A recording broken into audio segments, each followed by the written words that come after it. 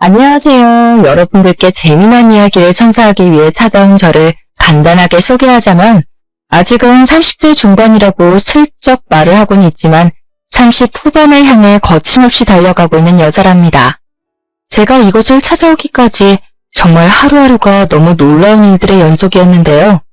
정말 말로 하나하나 풀어내자면 하룻밤을 꼬박 채워도 모자랄 판이랍니다. 그래도 여러분께 제가 24시간 붙잡고 이야기를 할 수는 없으니 최대한 간략하게 큼직큼직한 사건들만 풀어서 이야기를 해보려고 합니다.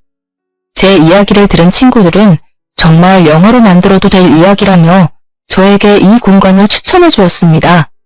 여기에는 저와 비슷한 사연을 가진 분들이 많다고 하더라고요. 저도 제 이야기가 방송에 나온다거나 크게 퍼지는 걸 원하지는 않아서 소소하게 제 이야기를 나눌 공간이 필요했었는데 참 잘 됐다 싶습니다. 제 이야기는 평소에는 절대 일어날 수 없는 일이기도 하고요. 일어나서는 절대 안 되는 이야기이기 때문에 여러분들이 재미나게 들어주실 수 있을 것 같습니다. 다시 생각해도 손이 부들부들 떨리는 제 소름 돋는 이야기를 여러분들께 소개하겠습니다. 충격적인 이야기니까 가슴 꼭 붙잡고 들어주시면 고맙겠습니다. 제 나이, 아직 어리다면 충분히 어리다고 할 수 있는 이제 고작 30대 후반으로 달려가고 있는 여자입니다. 여러분들의 20대, 30대는 어떠셨나요? 대학 생활을 꿈꾸면서 남자친구도 사귀고 MT도 다녀오고 친구들이랑 술도 마시고 행복한 시간을 보냈어야 할 제 20대, 30대는 처참했습니다. 요즘 시대에도 이런 일이 일어날 수 있다고 하실 법한 일을 제가 겪었고 제가 산 증인입니다. 저는 속된 말로 전기가 들어오는 게 신기할 정도로 아주 외지고 캄캄하고 폐쇄적인 시골 동네에서 태어나고 자랐습니다. 마을 사람들은 몇 가구 되지 않았는데 상당히 고시식하고 옛것을 그대로 지키려고 하는 발전하지 못한 사람들이 옹기종기 모여서 자기들끼리의 터전을 구축하고 살았습니다. 그렇기 때문에 여자가 공부를 한다는 것 자체가 말이 안 되는 곳이었고 어쩔 수 없이 나라에서 시키는 최소한의 교육만 이수할 수 있었습니다. 저는 항상 부모님께 여자는 조심해야 하고 내조를 잘해야 하며 시댁에서 부당한 일을 당해도 참고 버텨야 한다고 가정교육을 받았습니다. 그게 전부 부질없는 짓이고 부당한 일이라는 것을 모를 수밖에 없었습니다. 어린 시절부터 꾸준히 듣고 자랐기 때문에 당연하다고만 생각했기 때문입니다. 저는 당연히 분교 출신이었고 중학교, 고등학교를 가려면 읍내까지 아주 먼 길을 가야 했기 때문에 교육을 포기하고 집에서 시키는 잡일을 하며 살았습니다. 그랬던 저는 21살이라는 어린 나이에 손이 귀하디 귀한 집으로 팔려가듯 시집을 오게 되었습니다. 시집을 오게 된 이유 또한 지금 생각해보면 정말 어이가 없었는데 저희 친정에 제 위로 오빠만 3명이 있고 밑으로 남동생이 하나 있었습니다. 그러니까 남자가 많은 집안의 딸이라 우리 시댁에서도 저에게 아들만 턱턱 낳아주었으면 좋겠다고 요구를 하셨습니다. 한마디로 다른 부부는 전혀 본 것이 없고 오로지 집안에 남자가 많기 때문에 저도 그 기운을 타고났을 거라고 수소문을 해서 저를 중매로 데리고 온 것입니다. 어느 날 갑자기 시집을 가야 한다는 부모님의 말에 황당함을 느낀 것도 잠시. 저는 곧 웨딩드레스를 입고 남들이 술 먹고 여행 가고 공부하고 놀 시간에 시집살이를 시작하게 되었습니다. 정말 우리 시댁도 시댁이지만 남편 또한 엄청난 개차반이었는데 우리 남편은 돈을 쓸 줄만 알았지 벌 줄도 모르고 이 여자 저 여자 건드리지 않는 여자가 없다는 소문을 달고 사는 한마디로 아주 저급한 날라리 같은 놈이었습니다. 시댁 동네에 소문이 퍼다한 놈이었는데 저는 타지에서 시집을 왔으니 아무것도 모르고 있었던 것이었습니다. 제가 시집을 갈 때 시댁에서 친정으로 보내준 돈으로 저희 오빠들하고 남동생이 공부도 하고 기반도 잡고 해야 하지 않겠냐고 저희 부모님은 저를 설득하셨었습니다. 딸로 태어났으면 집안의 커다란 기둥이 될 오빠들을 위해서 희생도 할 줄 알아야 한다고 저를 몇 번이나 도망가지 못하게 붙잡으셨습니다.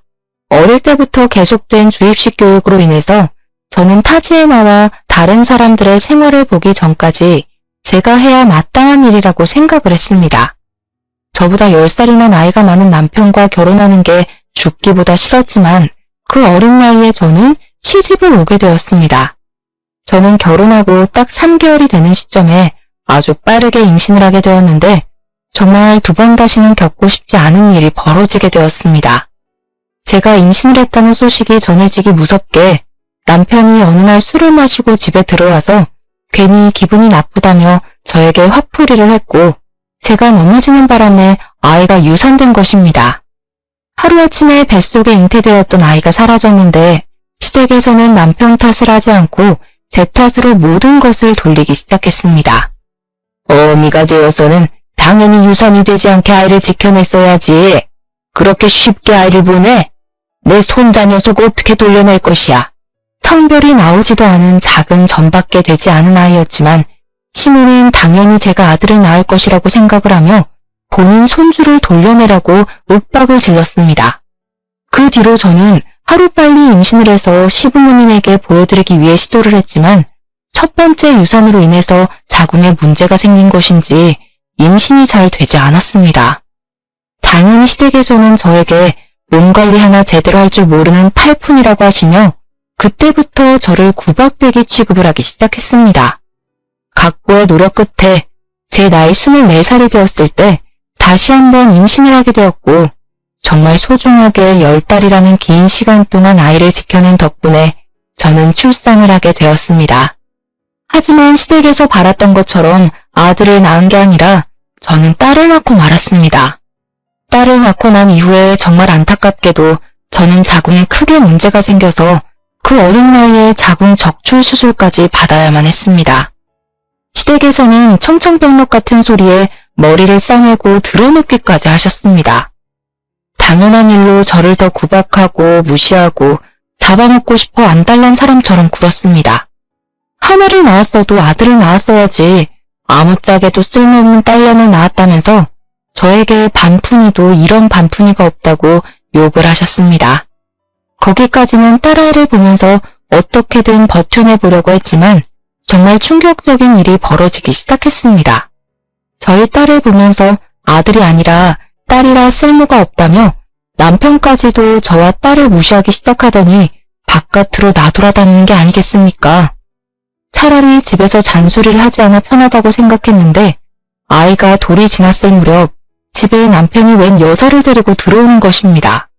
저는 순간 불안한 마음에 자리를 피하고 싶었지만 시부모고 남편이고 저를 불러앉혀놓고는 그 여자를 옆에 낀 남편이 자기의 내연녀라고 당당하게 말을 하더라고요. 저에게 들킨 것도 아니고 당당하게 남편이 먼저 자신의 내연녀라고 소개를 하다니 너무 황당해서 아무런 소리도 내지 못하고 부들부들 떨었습니다. 내연녀라는 사람은 저에게 너무나도 태연하게 인사를 했는데 그 순간 머리 끝까지 열이 받아서 그 여자 앞에 있던 뜨거운 커피를 그녀에게 부어버렸습니다. 단 한 번도 시모의 잔소리를 막아준 적이 없었던 남편이 그 여자의 앞을 막아서면서 그 뜨거운 커피를 대신 맞아주더라고요. 당연히 시부모는 저에게 제정신이냐고 소리를 지르고 난리를 쳤지만 저는 그 무엇보다 남편이 그 여자를 감싸주기 위해 커피를 대신 맞아주었다는 게 더 충격적이었습니다. 저를 그렇게 구박하고 때리던 남자가 그년이 커피 맞는 꼴을 못 봐서 대신 맞아주다니 눈물이 앞을 가리는 듯한 느낌을 받았지만 꼭 참았습니다.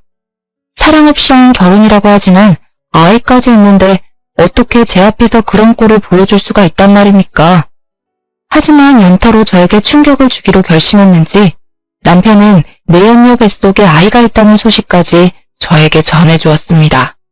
잔인하게도 본인의 아이를 가졌고 아들일 것 같은 느낌이 든다면서 데리고 살아야겠다고 일방적으로 통보를 해왔습니다.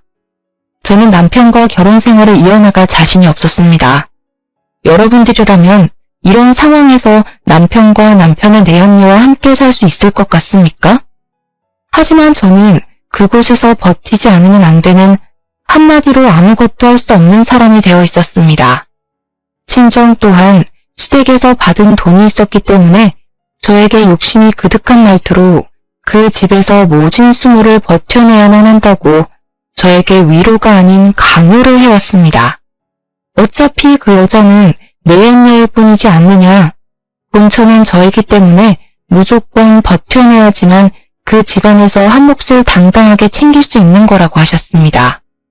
나중에 유산을 다 받아 챙기고 나면 내연녀가 울고불고 빌 것이 분명하기 때문에 무슨 일이 있어도 포기하면 안 된다면서 저에게 할 수 있는 건 버티기밖에 없다고 하셨습니다. 저처럼 심신이 미약한 사람에게는 너무나도 어려운 요구였고 저는 정말 몇 번이고 그 집을 탈출하고 싶다는 생각만 맴돌며 하루하루를 힘들게 보내야만 했습니다. 제가 점점 집에서 할 수 있는 일이 줄어들고 말이 사라지고 가족들이 저를 찾게 되지 않고 저와 제 딸은 뻗어놓은 보리자루 같은 취급을 당했습니다. 저의 입지가 좁아들수록 내연녀는 점점 더 당당해졌고 불러오는 배를 내밀면서 보란듯이 저에게 웃음을 흘리고 다녔습니다. 어깨에 힘이 잔뜩 들어가 저를 집안의 가정부로 취급하는 내연녀를 보면서 딸을 끌어안고 얼마나 울었는지 모릅니다. 하늘이 무심하다는 말이 이런 데에 쓰는 말인 건지 내연녀는 꼬박 10달이라는 시간 동안 아이를 품은 뒤 건강한 아들을 출산하였습니다. 시댁에서는 아들을 떡하니 낳은 내연녀에게 세상에서 제일 가는 복덩이라며 건물도 하나 넘겨주고 아들을 태우고 다니라며 비싼 외제차도 하나 뽑아주었습니다. 당연히 내연녀를 감싸고 도는 시댁에서는 저에게 더 이상 볼 일이 없다면서 집안에 돈을 축 내지 말고 딸과 함께 떠나라는 식으로 말을 하셨습니다. 딸 가진 죄인을 왜 우리 집에 데리고 살아야 하는지 도무지 모르겠다. 당장 이혼 서류에 도장부터 찍지 못해? 저 떡두꺼비 같은 아이가 우리 아들의 친 핏줄이다. 딸 같은 건 우리 가족의 피를 이어받았다고 할 수 없어. 저를 비난하고 무시하는 것까지는 어떻게든 참아낼 수 있었지만 저에게는 둘도 없이 소중한 딸까지 부정을 하기 시작하니 정말 버텨낼 재간이 없었습니다.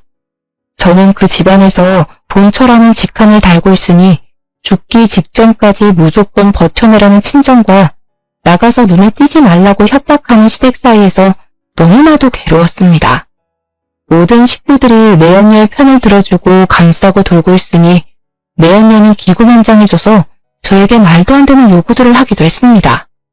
본인이 밤새 잠을 자지 못해 피곤하니 본인 아들을 저에게 돌보고 있으라며 그동안 낮잠을 자고 오겠다고 사라지는 경우도 종종 있었고요. 모유를 먹이느라 전몸살이 찾아와 온몸이 쑤시고 아프고 하니 당장 뜨거운 침질팩을 들고 와서 본인의 몸을 주무르라는 요구를 할 때도 있었습니다. 저는 그런 내연녀에게 지금 누구에게 무슨 부탁을 하고 있는 것이냐, 절대로 들어줄 수 없다고, 사람이 양심이 있으면 나에게 이러면 안 된다고 혼쭐을 냈습니다. 물론 제가 생각했을 땐 본처로서 당연히 할 수 있는 말이라고 생각했으나 시댁의 입장에서는 제가 엄한 사람을 혼낸 것이라 취급을 하더라고요. 네가 지금 떡두꺼비 같은 손주를 낳은 우리 며느리에게 난리를 쳤다는 게 진짜냐? 몸이 아프다는 애를 주물러주지도 못할 망정 싫은 소리를 해? 어머님, 제가 왜 남편의 내연녀의 수발을 들어야 하나요? 저렇게 뻔뻔하게 나오는데 제가 왜 그래야 하냐고요. 네가 우리 집에서 하는 일이 뭐야? 맨 밥이나 축 내고 네 딸도 꼴도 보기 싫어 죽겠는데 억울하면 아들을 떡하니 낳았어야지. 다 네가 해야 할 일을 제대로 하지 못해서 생긴 일 아니냐. 적어도 우리 집 대를 끊어놓을 위기에 처했으면 눈치라도 보고 며느리에게 감사해야지. 도대체 누가 며느린데요? 시끄러.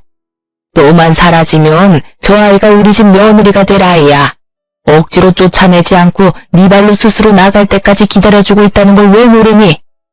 그날 이후 시댁에서는 아예 저에게 보이는 적대감을 갈무리하지 않으려고 했고 오히려 더 드러내면서 저에게 눈치를 주고 나가라는 식으로 말을 했습니다. 하루 종일 붙어 있어야 하는 시댁 식구들에게 매일같이 혼쭐이 나고 눈치를 살펴야 하니 제 신경이 얼마나 쇠약해져 갔겠습니까? 눈치도 없는 년. 너는 아무짝에도 쓸모없는 년이야. 이 정도 했으면 알아듣고 짐 싸서 나가야 하는 거 아니니? 오갈 곳 없는 고아라서 그런 거 아니에요?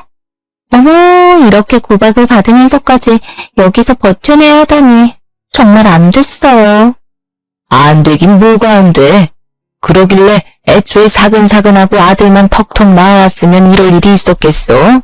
일부러 아들만 가득한 집 처녀를 데리고 왔더니 너도 그렇고 너네 친정집도 그렇고 네가 낳은 그 하찮은 딸려내게까지 들어가는 돈이 아까우니 당장 이혼을 하고 나갔으면 좋겠구나. 저는 솔직히 시부모의 잔소리를 가장한 비난과 내연녀의 당당함, 남편의 무관심한 태도까지 한 귀로 듣고 한 귀로 흘려버리며 버틸 수 있긴 했습니다. 제가 이 상태로 친정으로 돌아가 봐야 친정에서도 똑같은 취급을 당할 게 뻔했고 그럴 바에는 차라리 돈이 있는 시댁에서 버티는 게 낫다고 생각은 했으니까요. 우리 딸만 모르게 우리 딸이 듣지만 않게 행동하고 내가 이 치사한 모든 일과 부당한 모든 사건을 감내하면 된다고 생각을 했습니다. 하지만 제가 버티지 못한 결정적인 이유는 우리 딸과 내연녀의 아들을 너무나도 대놓고 차별하는 행동이 매일같이 이어졌기 때문이었습니다. 저한테 못되게 구는 건 머리로 이해하려 애를 썼는데 아무 죄가 없는 우리 딸에게 난리를 치니 정신이 빠져나가더라고요. 우리 아기가 얼마나 억울한 인생을 살아갈지 눈물이 앞을 가려 결국에는 제 입으로 시댁 식구들에게 이야기를 하게 되었습니다. 이혼, 그렇게 원하시면 제가 해드릴 테니 위자료를 주셨으면 좋겠습니다. 결국 돈, 아주 거지 같은 집안에서 자란 년 아니랄까봐 돈부터 이야기하는구나. 좋다. 우리가 위자료로 5천만 원 지어주마. 이 정도면 네가 해온 짓에 비해 아주 후하게 쳐주는 것 같으니 잘된 것 아니니? 5천만 원이라뇨. 적어도 저와 제 딸이 살 수 있는 집을 구할 돈은 마련을 해주셔야죠. 내연녀에게는 아들 낳았다고 오피스텔도 하나 주셨잖아요. 아주 욕심이 그득그득하구나. 너 처음 시집 올 때 우리가 너네 집에 얼마를 주고 데려온 줄 아니? 무려 2억이다, 2억. 2억이나 주고 사왔는데 네가 우리 집 와서 한 일이 뭐가 있어? 가정부보다 못한 주제에. 친정에 가서 그 돈 달라고 해. 그러면서 저에게 당장 친정으로 돌아가서 친정에 발붙이고 살라고 하더라고요.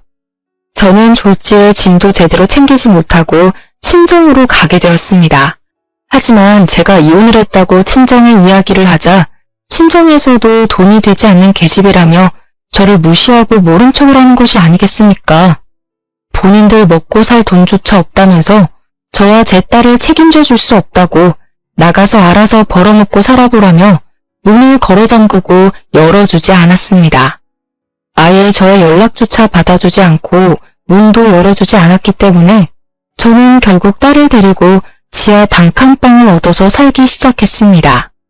하지만 제가 정말 쫓겨나오듯이 도망쳐 나왔기 때문에 짐을 시댁에서 다 빼오지를 못해서 짐을 챙기러 가야겠다는 마음에 단칸방 생활을 한 지 2달쯤 지나서 시댁을 찾았습니다. 거기다가 남편이랑 마주치게 되면 우리 아이도 당신의 아이이니 양육비를 지급해달라는 이야기를 꼭 하고 싶어서 당당하게 찾아갔습니다. 그때 제 나이가 벌써 시집 온 지 7년이라는 시간이 흘러 28살이 되었을 텐데 저도 어디서 주워들은 건 있지 않겠습니까? 아이의 아버지가 남편으로 되어 있다는 것은 변함없는 사실이기에 남편이 아이의 양육비를 지급해야 하는 것 또한 불변의 진리였습니다. 아무튼 시댁에 찾아갔는데 집이 초상집 분위기나 다름없는 것이 아니겠습니까? 이게 다 무슨 일인가 싶어서 두리번거렸습니다. 저와 오랜 시간 함께했던 일하시는 아주머니께서 저를 발견하시고는 놀라서 여기는 무슨 일로 왔냐고 물어보시더라고요. 저는 짐을 가지러 왔고 남편을 잠깐 만나고 싶다고 이야기를 했더니 일하시는 분이 글쎄 우리 시부모가 갑자기 죽어버렸다고 말을 해주는 것이 아니겠습니까? 갑자기 죽었다고요? 왜요? 자세한 건 글쎄 저도 잘 모르겠는데 두 분이 볼일을 보러 차를 타고 나가셨는데 차량 브레이크가 고장이 났대요. 그렇게 사람 못되게 굴고 욕심 잔뜩 부리시더니 너무 허망하게 가셨지 뭐예요. 저는 솔직히 시부모가 한날 한시에 죽었다는 것이 충격으로 다가오기보다는 통쾌하다는 생각이 먼저 들었습니다. 조강지처인 저를 그렇게 모질게 내치더니 아주 벌받았구나 싶었습니다. 저는 시댁에서 제 짐을 빼오려고 했지만 일하시는 아주머니께서 저에게 말씀하시기를 남편이 제가 찾아오거나 물건을 가져가라고 하면 절대로 주지 말라고 했다는 겁니다. 자기도 고용이 된 입장이라서 무시할 수가 없다고 이만 돌아가 달라고 말을 하는데 아주머니 입장도 있으니까 제가 물러서게 되더라고요.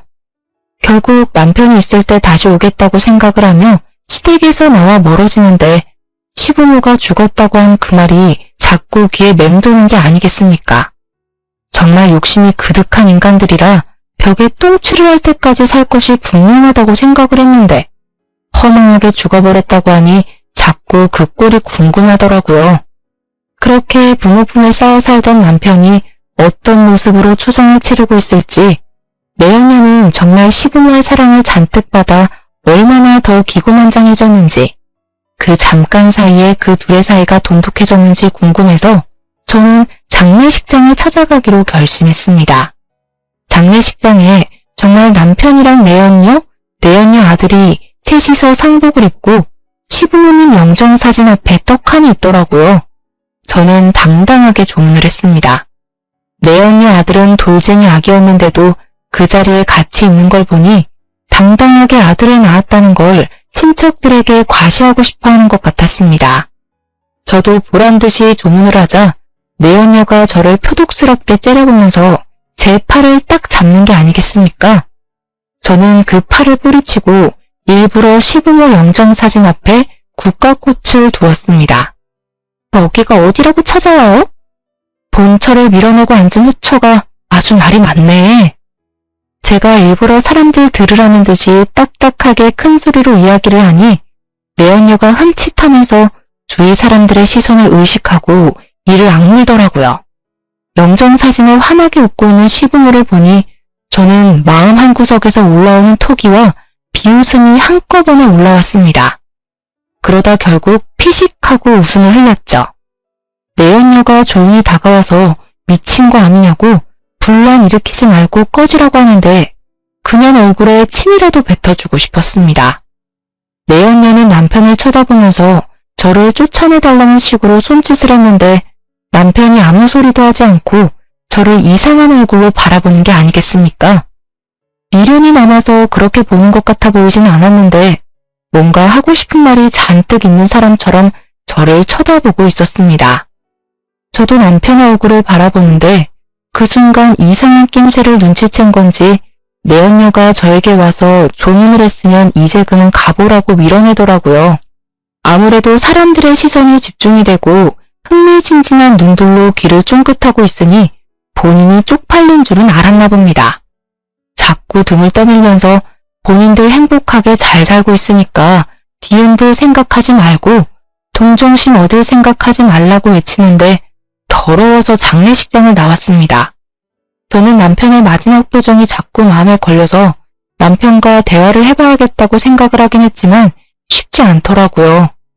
내연녀가 아무래도 남편의 바람길을 불안해하는 건지 철벽을 치면서 저와 연락이 닿지 않도록 갖은 수를 다 쓰고 있었기 때문에 남편과 연락을 할 방법을 찾지 못했습니다. 저는 결국 그 복잡 미묘한 표정을 뒤로하고 남편과 시댁 쪽에는 모든 관심과 연락을 끊고 홀로 서기를 시작했습니다. 그렇게 7년이라는 세월이 흐르는 동안 정말 아이를 키워내기 위해 저는 안 해본 일이 없을 정도로 많은 고생을 했습니다. 그 어떤 가족도 저에게 도움을 주지 않았고 연락조차 되지 않았기 때문에 저는 여러 해를 돌아다니며 했고 결국에는 식당 일에 정착해서 아이를 키워내고 있었습니다. 식당 사장님 부부가 너무나도 좋으신 분들이라 저의 모든 사정을 듣고 눈물을 지으며 저를 배려해 주셨고 덕분에 편하게 일을 할 수 있게 되었습니다. 일에 적응도 완벽하게 하고 식당 사장님 부부의 일을 도와 열심히 일을 하고 있던 어느 날 휴대폰으로 모르는 번호 문자 하나가 도착했더라고요. 저는 문자의 내용을 보고 너무나도 놀라서 헉소리를 내고 말았습니다. 그 문자에는 전 남편이 사망을 했다고 장례식장과 발인 날짜가 적혀 있었기 때문이었습니다. 시부모가 죽었을 때는 그저 통쾌하다, 죽을 만한 사람이 죽었다고 생각을 했는데 전 남편이 죽었다는 문자는 조금 충격적이라 저는 멍하니 그 자리에 서 있어야 했습니다. 식당 사장님 부부께서 저에게 무슨 일이냐고 물어보셨고 그제야 정신을 차리고 말씀을 드리니 일단 장례식장에 찾아가 보라고 하시더라고요. 아무리 그래도 저희 아이가 남편의 핏줄이니 이제라도 뭔가 남겨주는 것이 있지 않겠냐고, 편하게 살아야 하지 않겠냐고 하시면서요. 사실 유산에 대한 부분은 전혀 생각도 하지 않았었지만 사장님 부부의 말을 듣고 저는 장례식장에 찾아가기로 결심을 했습니다. 장례식장에 도착을 하니 너무나도 태연하게 내연녀가 저를 보면서 왔냐고 인사를 건네는 게 아니겠습니까? 불과 5년 전에 시부모님이 돌아가셨던 그때에는 어떻게든 저를 쫓아내려고 안간힘을 다 쓰던 내연녀가 변해버린 태도로 저를 대하니 수상한 마음이 들더라고요. 마지막 가는 길이니 저에게 전 남편에게 인상을 제대로 한번 올리라고 자리까지 비켜주는데 어느 누가 의심하지 않을 수 있겠습니까? 여유가 있어도 너무나도 넘치는 여유 있는 모습에 저는 점점 남편의 죽음에 대한 의심을 품게 되었습니다. 저랑 남편이랑 이혼해야 한 이후에 연락조차 못하게 할 만큼 남편에게 집착적으로 굴었던 여자가 눈물도 한 방울 흘리지 않고 태연하게 자리를 지키니 전 남편에 대한 정이나 사랑이 남아있지 않더라도 정말 그 어떤 누구라도 저와 같은 마음이 들었을 것이라고 생각합니다. 게다가 장례식장에 조문으로 온 다른 사람들과 실실 웃고 떠드는 모습까지 보게 되니 내연녀가 정말 정신 나갔거나 숨기는 게 있는 거라고 생각하기 시작했습니다. 제가 너무 오버하는 것 같다고 느끼실 수 있을지 모르겠지만 남편이 저에게 뭔가 할 말이 진득하게 있다고 느꼈었던 시부모의 장례식장에서의 기억이 잊히지 않았기 때문이었습니다. 저는 제가 알아야 할 비밀이 있다는 느낌을 지울 수 없었고 내연녀에게 말을 걸었습니다. 아직 그 집에 내 짐이 있는 걸로 알고 있는데 정리하거나 버린 거 있어? 글쎄요. 제가 짐 정리를 딱히 안 해서 모르겠는데요. 거기에 우리 친정 부모님께서 주신 나에게는 아주 귀한 물건이 있으니 그 물건만 찾아오게 해줬으면 좋겠네. 그동안은 집에 발도 디디지 못하게 했잖아. 아직 있을지 모르겠지만 그럼 와서 찾아가세요. 내연녀는 남편이 죽은 뒤 저에 대한 경계심을 완전히 풀어낸 듯 했습니다. 조금만 생각해보면 저희 친정에 저에게 귀한 물건을 줄 리가 없다는 게 떠올랐을지도 모르죠. 하지만 저는 장례식 중간에 남편의 집을 찾아가 집을 뒤지기 시작했습니다. 내연녀가 눈치채기 전에 남편이 무언가를 숨겨뒀을 거라 생각했습니다. 한참을 집을 뒤졌지만 이렇다 저렇다 할 흔적을 발견하지 못했는데 남편의 서재 구석진 곳에서 남편이 직접 쓴 다이어리를 발견하게 되었습니다. 그런데 다이어리 구석에 홈을 파둬서 무슨 USB 같은 것을 숨겨둔 것이 아니겠습니까? 저는 이게 뭘까 궁금함을 가득 안고 남편의 다이어리를 읽어 나갔습니다. 다이어리를 읽다가 도저히 끝이 나지 않을 것 같아서 집으로 들고 돌아왔고 집중을 해서 읽기 시작했는데 정말 그 메모들은 충격적이었습니다. 남편이 적어둔 말에 의하면 내연녀가 남편을 죽이려고 한다는 것이었습니다. 몇 번이나 의문투성이인 자동차 사고 위기에 처했었고 누군가 술에 취한 자기를 차도로 밀어버리려고 했던 적도 있었다고 전부 내연녀가 꾸민 짓 같다고 적혀 있었습니다. 저는 의문이 가득 들었습니다. 혹시 남편이 정신병에 걸렸던 것은 아닐까 하는 생각이 더 강하게 들었습니다. 남편에게 그렇게 집착을 했던 내연녀가 갑자기 왜 남편을 죽이려고 든단 말입니까? 남편과 함께 있으면 평생 돈 걱정도 없이 살 수 있었을 텐데요. 그리고 몰래 숨겨두었던 그 USB 안에도 어떤 자료들이 들어있을지 궁금해졌습니다. 저는 이 내용들을 혼자 감당해서는 안 된다고 생각했습니다. 그 이유는 당연히 남편이 죽은 사람이 되었기 때문이었습니다. 저는 혹시 모를 상황을 대비해서 장례식장으로 다시 돌아가게 되었는데 경찰과 내연녀가 실랑이를 벌이고 있는 모습을 목격하게 되었습니다. 사건을 정확하게 파악을 하려면 부검을 진행하는 것이 좋겠습니다. 의문사이기 때문에 유가족들의 심정도 이해는 하지만 저희가 부검을 하지 않겠다고 하는데 왜 경찰이 자꾸 부검을 하라고 하시는 거죠? 우리 남편은 그냥 심장마비로 사망한 거라고요. 부검을 진행하자고 하다니 그건 고인을 모독하는 행위라고 생각해요. 부검 진행 안 하겠습니다. 저는 내연녀의 부정적인 태도와 부검을 반대하는 행동을 보고 아주 강력한 확신이 생겼고 그대로 실랑이를 벌이고 있는 경찰과 내연녀에게 다가갔습니다. 제가 고인의 전부인 되는 사람입니다. 전 남편이 계속해서 이 여자가 자신을 살해하려 한다고 의심을 해왔던 것 같습니다. 지금 그게 무슨 소리예요? 내가 본처 자리 밀어낸 후처라고 그런 식으로 말하면 안 되죠. 놀라서 저를 바라보는 경찰에게 남편이 직접 쓴 다이어리를 건네면서 이게 증거라고 말을 하며 여기에 남편의 모든 의심이 적혀 있다고 말을 했습니다. 또한 경찰에게 제 아이가 남편의 핏줄인데 내가 대리인의 자격으로 부검을 신청할 수 없냐고 물어보았습니다. 경찰은 다이어리를 한번 쓱 훑어보더니 만약 내연녀가 용의자로 올라가게 되면 제가 대신 부검을 신청할 수 있을 거라는 답변을 돌려주었습니다. 내연녀는 그게 무슨 소리냐, 말도 안 되는 소리라고 끝까지 발악을 했지만 경찰은 그 모습에 더욱 짙은 의심을 하기 시작했습니다. 결국에는 내연녀가 부검을 거부해도 어쩔 수 없이 부검을 하게 되는 상황이 오게 되었고 부검 결과 남편의 체내에서 치사량 수준의 약물이 발견되었습니다. 전신을 마비시키는 약물로 정량 이상이 들어가면 호흡을 할 수 없는 독이라고 하더라고요. 수사는 급진전이 되기 시작했고 내연녀가 자주 다니던 피부과 원장에게서 그 약물을 얻었다는 것, 그리고 그 원장과 내연녀가 불륜관계였다는 것이 밝혀지게 되었습니다. 그 소식을 들었을 때 저는 정말 경악을 금치 못했고 경찰은 내연녀를 긴급 체포하게 되었습니다.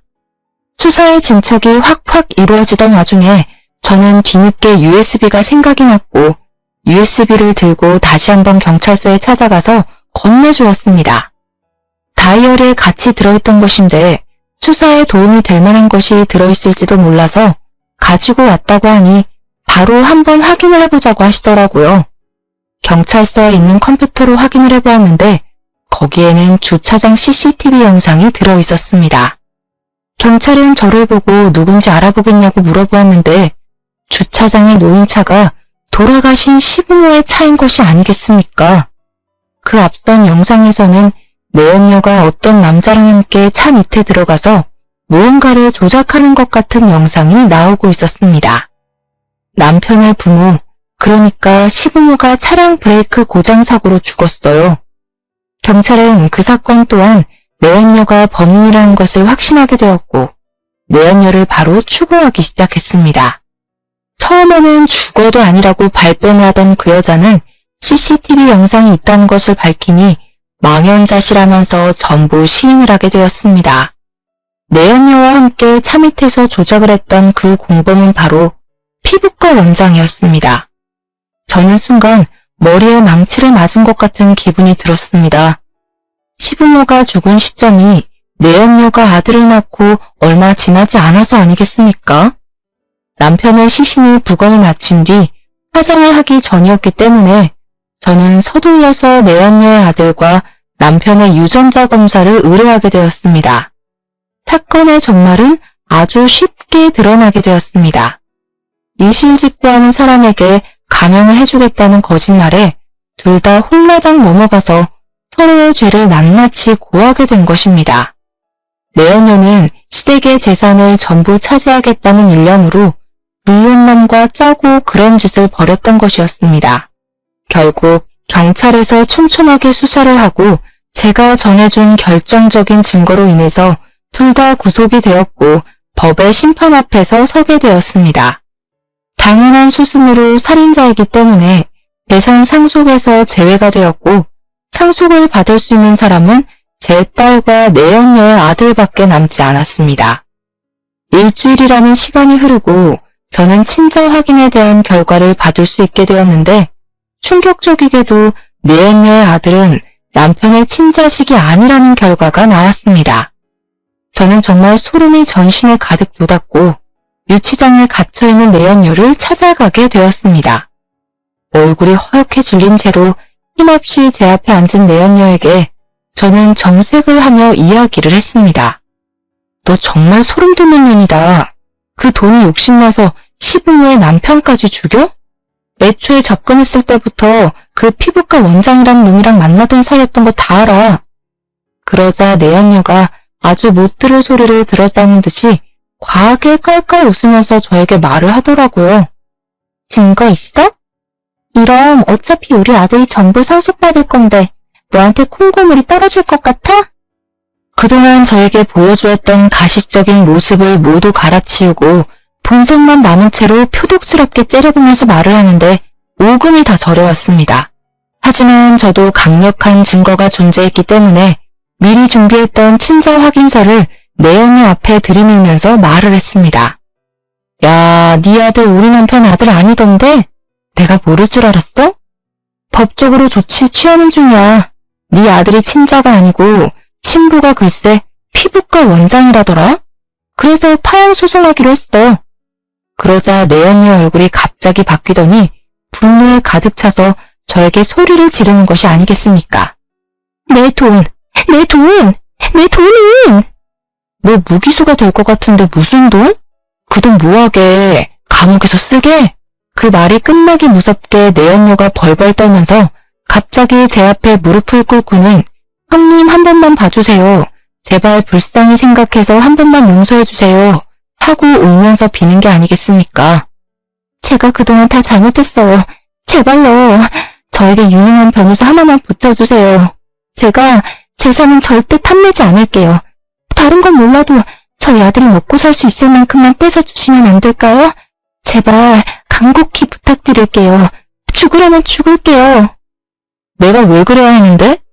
너 때문에 당한 수모가 한두 개가 아닌데 내가 왜 너 같은 버러지한테 그런 자비를 베풀어야 해? 솔직히 시부모 죽은 거? 남편 죽은 거? 땡통이야. 나는 그들이 읽어둔 재산 내 딸이랑 펑펑 쓰면서 행복하게 살 거야. 제가 그 말을 끝으로 뒤돌아 나오려고 하는데 가림막 판으로 악을 쓰면서 저에게 달려들 듯 발악을 하니 교도관들이 줄에 묶인 내연녀를 끌고 가더라고요. 마지막 꼬락서니까지 저리 초라하고 볼품없는 모습이라니 정말 뼛속까지 시원해지는 느낌이었습니다. 재판이 시작되고 1심에서 사형이라는 결과가 나오게 되었고 공범인 피부과 원장도 죄질이 나쁘다는 이유로 무기징역이 나왔습니다. 하지만 2심 재판에서는 피부과 원장과 내연녀 둘 다 무기징역으로 확정이 나게 되었습니다. 한국에서는 사회적인 이슈가 크게 되지 않는 이상 사형수가 잘 나오지 않기에 어느 정도 감내는 했지만 사형수가 아니라는 것이 못내 서운하기까지 했습니다.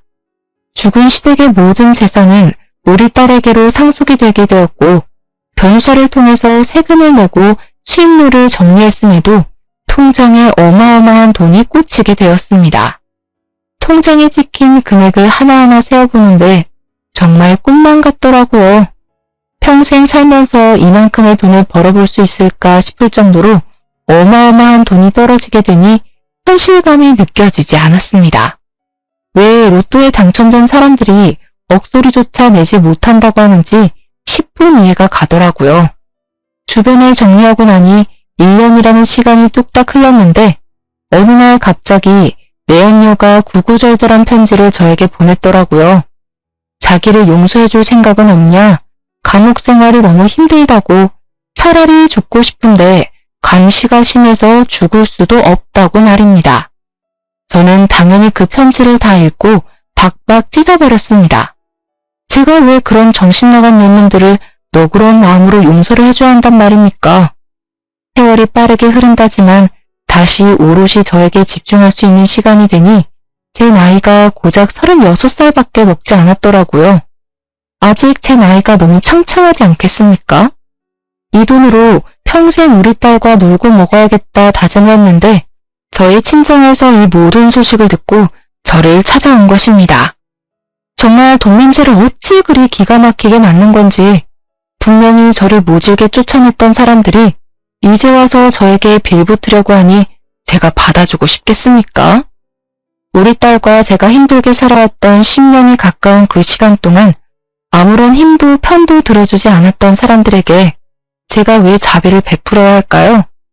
나 사업하게 돈을 좀 빌려줬으면 좋겠는데 이야기 들어보니까 평생 펑펑 써도 남을 만큼의 돈이 들어왔다며? 나도 우리 딸 덕에 돈 좀 써가면서 호강해보자. 이런 게 효도니 효도가 별거냐? 응? 내가 그 힘든 시기를 견딜 때마다 모질게 몰아내놓고 이제 와서 나에게 돈 빌려달라 효도해라 하는 거 수치스럽지도 않아? 내가 한 번만 도와달라고 우리 딸이랑 나랑 오갈 데가 없다고 했을 때 대문 빗장까지 걸어 잠근 사람들이 누구야? 바로 당신들이야. 그 외진 시골까지 쫓아가서 살려달라고 빌었을 때 나를 밀어낸 게 당신들이면서 이제 와서 뭐가 어쩌고 어째? 그날 이후에 나는 당신들과의 모든 인연을 정리하기로 마음먹었고 그 마음 지금도 변치 않아. 당장 내 집에서 꺼져. 인연이? 키워준 값도 모르고 배은망덕하게? 나 혼자 컸지 언제 나를 키워줬어? 나를 그 지옥 같은 시댁에 팔았을 때 받은 돈이면 노후 생활 충분하지 않아? 그 시골에서 풀떼기나 키우면서 평생 자급자족하고 살아. 밑 빠진 독에 물 붓는다고 평생 오빠들 뒤치다거리나 하면서 살라고.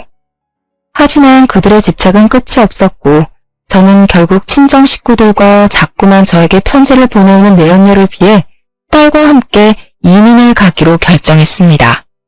딸의 교육을 위해서라도 나쁘지 않은 결정이라고 생각을 했고 지금은 미국으로 건너오게 된 지 2년이라는 시간이 지났습니다. 영어가 어렵기도 하고 사람을 만나는 게 서툴긴 하지만 그래도 어떻게든 손짓 발짓 해가면서 좋은 이웃들과 어울려 행복한 시간을 보내고 있습니다. 우리 딸이 아직 어려서 그런 건지 습득이 남들보다 빠른 건지 영어를 곧잘해서 먹고 사는 것에 대한 문제가 없어 보여 얼마나 다행인지 모르겠습니다. 딸과 행복한 시간을 보낼 때마다 가슴 깊이 묻어둔 내연녀의 아들 근황이 궁금하기는 하더라고요. 그 아이는 아무런 잘못도 없으니까요. 한국으로 수소문을 해보니 부모가 없어 보육시설에 들어가게 된 것 같았습니다. 부모를 잘못 만난 탓에 고생을 하고 있는 게 참 안쓰럽기도 했고요. 그래서 저는 티나게 도움을 주고 싶진 않지만 모른 척 할 수만은 없어서 그 보육시설에 1년에 한 번 크게 기부를 하고 있습니다. 비단 전 남편의 아들을 위해서뿐만이 아니라 다른 아이들을 위해서라도 이런 기부는 꼭 필요하다고 생각을 했기 때문이었습니다. 저는 우리 딸이랑 방학에는 다른 주로 여행을 가기도 하고 취미로 골프도 치고 평생 해보지 못했던 저 자신을 꾸미며 살고 있습니다. 이제 막 40살이 다가오고 있긴 하지만 100세 시대인 만큼 제가 아직 창창하다는 생각을 버릴 수가 없더라고요. 비록 너무 많은 일을 겪고 난 이후라 제 마음이 폭삭 사가버리긴 했지만 지나간 청춘은 지금부터 다시 쌓으면 된다고 생각합니다. 우리 딸의 말처럼 연애도 하고 새로운 사람들과 어울려 지내면서 앞으로도 딸과 함께 행복한 시간을 보낼 예정입니다. 역시 돈이 있으니까 사람의 마음에 여유라는 것이 생기는 것 같습니다. 사람은 너무 욕심 부리지 말고 주어진 환경에 만족하며 사는 것도 아주 중요한 요소인 것 같습니다. 욕심을 부리다가 무기징역으로 평생을 감옥에서 살게 된 내연녀에게 이 사연을 듣진 못하겠지만 평생 속죄하면서 살길 바란다는 메시지를 주고 싶네요. 마지막까지 제 이야기를 들어주신 여러분께도 행복과 행운이 가득한 앞으로의 인생이 기다리고 있다는 것을 알려드리며 글을 마치겠습니다. 정말로 감사합니다.